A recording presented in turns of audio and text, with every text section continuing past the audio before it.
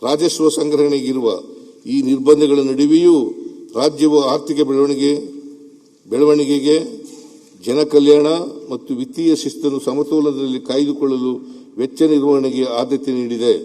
ರಾಜ್ಯವು ಸಮಾಜದ ಕಲ್ಯಾಣಕ್ಕೆ ನೀಡಿದ ಬದ್ಧತೆಯನ್ನು ಪ್ರಾಮಾಣಿಕವಾಗಿ ನಿರ್ವಹಿಸುತ್ತಿದೆ. ಸರ್ಕಾರದ ಗ್ಯಾರಂಟಿ ಯೋಜನೆಗಳು ಜಾರಿಯಾದಾಗಿನಿಂದ ಫೆಬ್ರವರಿ 2026 ಒಟ್ಟು 1,21,598 ಕೋಟಿ ರೂಗಳ ವೆಚ್ಚ ಮಾಡಲಾಗಿದೆ. ನಮ್ಮ ಸರ್ಕಾರವು ವಿತ್ತೀಯ ಶಿಸ್ತನ್ನು ಪಾಲಿಸುವುದರೊಂದಿಗೆ ಜನಸಾಮಾನ್ಯರಿಗೆ ನೀಡಿರುವ ಭರವಸೆಗಳನ್ನು ಈಡೇರಿಸುತ್ತಿದೆ. ಜಿಎಸ್ಟಿ ದರಗಳ ತರ್ಕಬದ್ಧಗೊಳಿಸುವಿಕೆ ಮತ್ತು ಕೇಂದ್ರದಿಂದ ಸ್ವೀಕೃತವಾಗುವ ತೆರಿಗೆ ಪಾಲಿನ ಕಡಿತದ ಪರಿಣಾಮವಾಗಿ ರಾಜಸ್ವ ಸಂಗ್ರಹಣೆ ಕಡಿಮೆಯಾಗಿದ್ದು, ಇಂತಹ ಆರ್ಥಿಕ ಸವಾಲಿನ ಪರಿಸ್ಥಿತಿಯಲ್ಲಿಯೂ ನಮ್ಮ ಸರ್ಕಾರವು ಕಳೆದ 3 ವರ್ಷಗಳಿಂದ ವಿತ್ತೀಯ ಶಿಸ್ತನ್ನು ಜವಾಬ್ದಾರಿಯುತವಾಗಿ ಮತ್ತು ದೃಢವಾಗಿ ಪಾಲಿಸಿಕೊಂಡು ಬಂದಿದೆ. 4ನೇ ವರ್ಷದಲ್ಲಿಯೂ ಸಹ ಕರ್ನಾಟಕ ಆರ್ಥಿಕ ಹೊಣೆಗಾರಿಕೆ ಅಧಿನಿಯಮದ ನಿಯಮಾನುಸಾರ ರಾಜ್ಯದ ವಿತ್ತೀಯ ಕೊರತೆಯನ್ನು ಜಿಎಸ್ಡಿಪಿಯ 30% ಒಟ್ಟು ಸಾರ್ವಜನಿಕ ಹೊಣೆಗಾರಿಕೆಗಳನ್ನು ಜಿಎಸ್ಡಿಪಿಯ ಪುನರುಚ್ಚರಿಸುತ್ತೇನೆ. ಕೃಷಿ ಧರೆಯ ಕೃಷಿ ಶುದ್ಧವಾಗಿಯಲ್ಲದೆ ಸಸಿ ಶುದ್ಧವಿಲ್ಲ. ವಚನಕಾರ ಶಿವಲೆಂಕ ಮಂಚಣ್ಣ. ರೈತ ಸಮೃದ್ಧನಾದರೆ ಕರ್ನಾಟಕ ಸಮೃದ್ಧವಾಗುತ್ತದೆ ಎಂಬ ದೃಢ ನಂಬಿಕೆಯಿಂದ ಪ್ರೇರಿತವಾಗಿ ನಮ್ಮ ಸರ್ಕಾರವು ಬಿತ್ತನೆಯಿಂದ ಮಾರಾಟದವರೆಗೆ ರೈತರಿಗೆ ಸಮಗ್ರ ಬೆಂಬಲ ನೀಡುವ 4 ಆಧಾರ ಸ್ತಂಭಗಳ ಮೇಲೆ ಕರ್ನಾಟಕ ಸಂಪಿಸಿದೆ. ಮೊದಲನೇ ಆಧಾರ ಸ್ತಂಭ ರೈತರಿಗೆ ವೈಜ್ಞಾನಿಕ ಕೃಷಿ ಮಾರ್ಗದರ್ಶನ. 2ನೇದು ರೈತರಿಗೆ ಹಣಕಾಸು ನೆರವು. 3ನೇದು ಉತ್ತಮ ಗುಣಮಟ್ಟದ ಕೃಷಿ ಪರಿಕರಗಳನ್ನು ಒದಗಿಸುವುದು ಮತ್ತು ಬೆಳೆಗಳ ನಿರ್ವಹಣೆ. ಮತ್ತು 4ನೇದು ಕೊಯ್ಲೋತ್ತರ ಸಂಗ್ರಹಣೆ, ಸಂಸ್ಕರಣೆ ಮತ್ತು ಮಾರುಕಟ್ಟೆ ಸಂಪರ್ಕಗಳ ವಿಸ್ತರಣೆ. ಇದರಿಂದ ಪ್ರತಿಯೊಬ್ಬ ರೈತರ ಸಮೃದ್ಧಿ ಮತ್ತು ಆರ್ಥಿಕ ಸ್ವಾವಲಂಬನೆಗಳನ್ನು ಸಾಧಿಸಲು ಸರ್ಕಾರ ದೃಢ ಸಂಕಲ್ಪ ತೊಟ್ಟಿದೆ. ಕಳೆದ 3 ವರ್ಷಗಳಲ್ಲಿ ನಮ್ಮ ಸರ್ಕಾರವು ರೈತರ ಅಭ್ಯುದಯಕ್ಕಾಗಿ ಈ ಕೆಳಕಂಡ ಕ್ರಮಗಳನ್ನು ಕೈಗೊಂಡಿದೆ. 40 ಲಕ್ಷ ರೈತರಿಗೆ 468 ಕೋಟಿ ರು ಮೊತ್ತದಲ್ಲಿ ಬಿತ್ತನೆ ಬೀಜಗಳಿಗೆ ವಿತರಣೆ. 2,825 ಕೋಟಿ ವೆಚ್ಚ ಭರಿಸಿ 7 ಲಕ್ಷ ರೈತರಿಗೆ ಹನಿ ನೀರಾವರಿ ಘಟಕ ಸ್ಥಾಪನೆ ಹಾಗೂ 3.41 ಲಕ್ಷ ರೈತರಿಗೆ ಕೃಷಿ ಯಂತ್ರೋಪಕರಣಗಳ ವಿತರಣೆ. 363 ಕೋಟಿ ರು ಮೊತ್ತದಲ್ಲಿ 32,138 ಕೃಷಿ ಹೊಂಡಗಳ ನಿರ್ಮಾಣ. 51 ಲಕ್ಷ ರೈತರಿಗೆ 6,213 ಕೋಟಿ ಬೆಳೆ ವಿಮೆ ಪರಿಹಾರ. 36 ಲಕ್ಷ ನೀರಾವರಿ ಪಂಪ್ ಸೆಟ್ಗಳಿಗೆ 48,000 ಕೋಟಿ ರು ಉಚಿತ ವಿದ್ಯುತ್ ಸಹಾಯಧನ. 83 ಲಕ್ಷ ರೈತರಿಗೆ ಶೂನ್ಯ ಬಡ್ಡಿ ದರದಲ್ಲಿ 70,000 ಕೋಟಿ ರು ಕೃಷಿ ಸಾಲ ವಿತರಣೆ.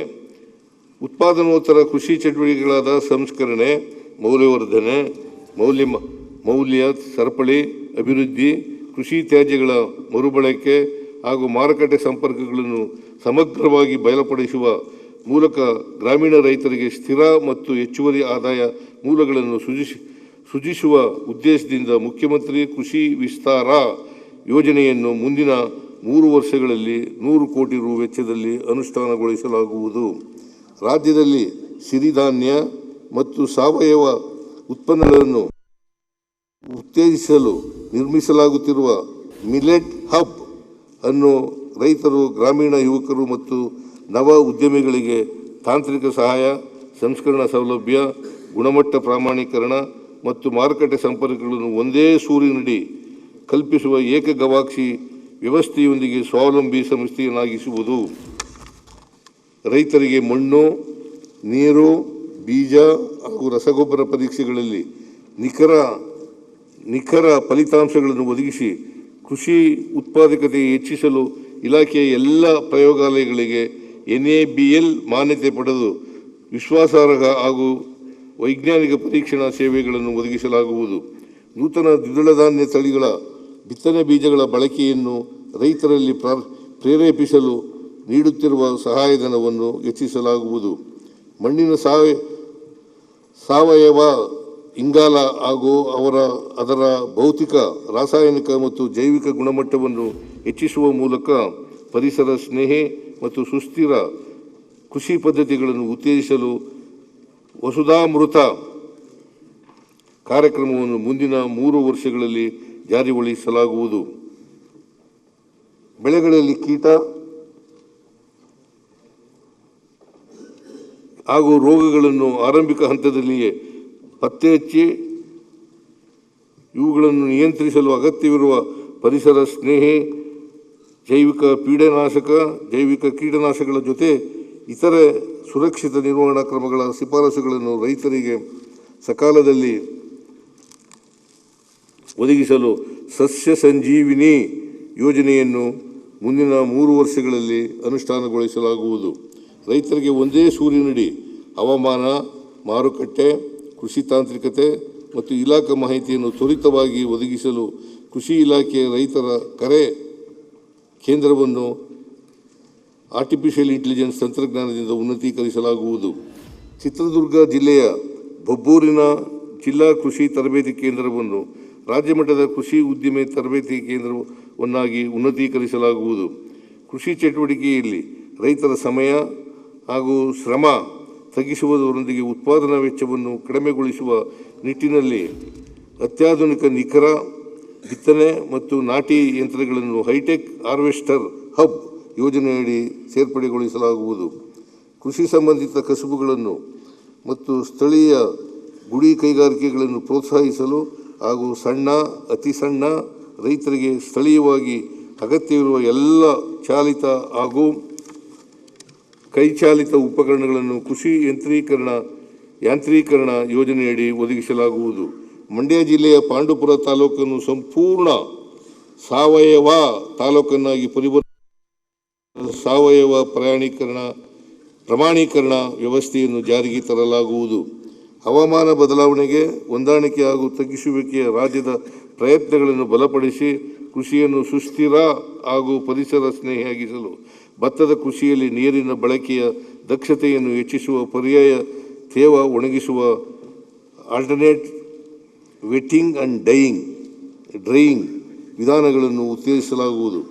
ರೈತರಿಗೆ ಉತ್ತಮ ಗುಣಮಟ್ಟದ ಕೃಷಿ ಪರಿಕರಗಳನ್ನು ಕೈಗೆಟುಕುವ ದರದಲ್ಲಿ ಲಭ್ಯವಾಗಿಸುವುದರ ಜೊತೆಗೆ ಮಾರುಕಟ್ಟೆಯ ಅನಿಶ್ಚಿತತೆಯನ್ನು ನಿವಾರಿಸುವ ಸದುದ್ದೇಶದಿಂದ ಬಿತ್ತನೆ ಬೀಜಗಳು, ಕೀಟನಾಶಕಗಳು, ರಸಗೊಬ್ಬರಗಳು ಹಾಗೂ ಕೃಷಿ ಯಂತ್ರೋಪಕರಣಗಳು ಒಂದೇ ಸೂರಿನಡಿ ದೊರಕಿಸಲು ಪ್ರಾಯೋಗಿಕವಾಗಿ ಕೋಲಾರ ಜಿಲ್ಲೆಯ ಪ್ರತಿಯೊಂದು ತಾಲೂಕಿನಲ್ಲಿ MSIL ವತಿಯಿಂದ ರೈತ ಮಾಲ್ಗಳನ್ನು ಸ್ಥಾಪಿಸಲಾಗುವುದು.